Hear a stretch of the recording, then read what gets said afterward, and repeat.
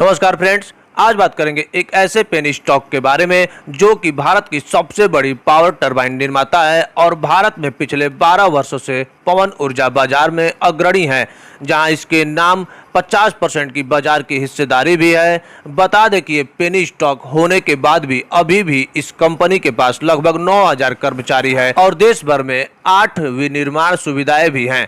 तो friends, video में बने रहें क्योंकि ये वीडियो बहुत ही जबरदस्त होने वाली है। इस वीडियो में कंपनी की सारी बातें डिटेल में बताएंगे, साथ ही ये भी बताएंगे कि जिसके पास इसके शेयर हैं उनको क्या करना चाहिए और जो लेना चाहते हैं वो क्या अभी ले सकते हैं या फिर अभी वेट कर सकते हैं। तो फ्रेंड्स, बता दें कि ये एक समय देश का सबसे बड़ा रिन्यूएबल एनर्जी प्रदान करने वाला कंपनी हुआ करता था। लंबे समय से देखें तो वित्तीय संकट के कारण कंपनी में बहुत बुरा प्रभाव देखने को मिल रहा है, जिसके कारण इसके शेयर प्राइस में भी काफी गिरावट देखने को मिल रहा है।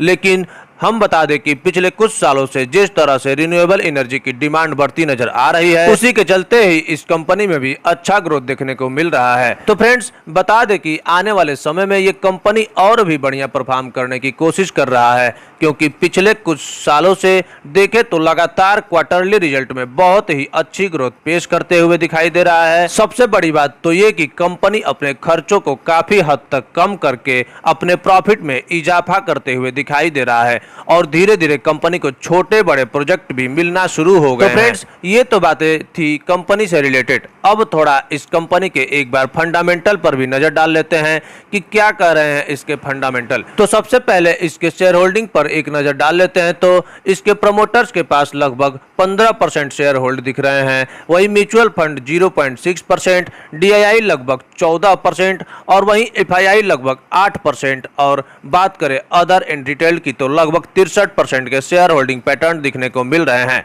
फाइनेंशियल ट्रेंड की अगर बात करें तो 2020, 2021 और 2022 में रेवेन्यू ग्रो होते दिख रहे हैं, वहीं कंपनी की प्रॉफिट उतनी ठीक ठाक नहीं है, बट 2019 और 2020 से तो अच्छा ही दिख रहे हैं। फॉरकास्ट रेटिंग की बात करें तो यहाँ पर कोई भी इस स्टॉक को बाई करने की सलाह नहीं दे रहा है, क्योंकि ये पेनी स्टॉक है, इसलिए पेनी स्टॉक को कोई खरीदने की सलाह नहीं देता है, क्योंकि पेनी स्टॉक में हाई रिस्क और हाई रिटर्न बहुत ज्यादा होते हैं। इसलिए अगर हाई रिटर्न पाना है तो ही आप इस स्टॉक में इन्वेस्ट कीजिएगा। ध्यान रहे, इस पेनी स्टॉक में बहुत ज्यादा रिस्क भी रहता है, इसलिए जितना रिस्क लेने की कैपेसिटी होगी उतना ही रिस्क लीजिएगा। तो फ्रेंड्स, अब बात कर लेते हैं इस पेनी स्टॉक की। तो इसका नाम है सुजलोन एनर्जी एंड बात कर लेते हैं इसके आने वाले टारगेट की। तो 2022 में लगभग 13 रुपया के आसपास का टारगेट देखने को मिल सकता है, वहीं जो 2023 में 17 रुपया और 2024 में लगभग 25 रुपया। वहीं बात करें 2025 के टारगेट की तो लगभग 35 से 40 रुपया तक का टारगेट देखने को मिल सकता है। और अगर आप इसमें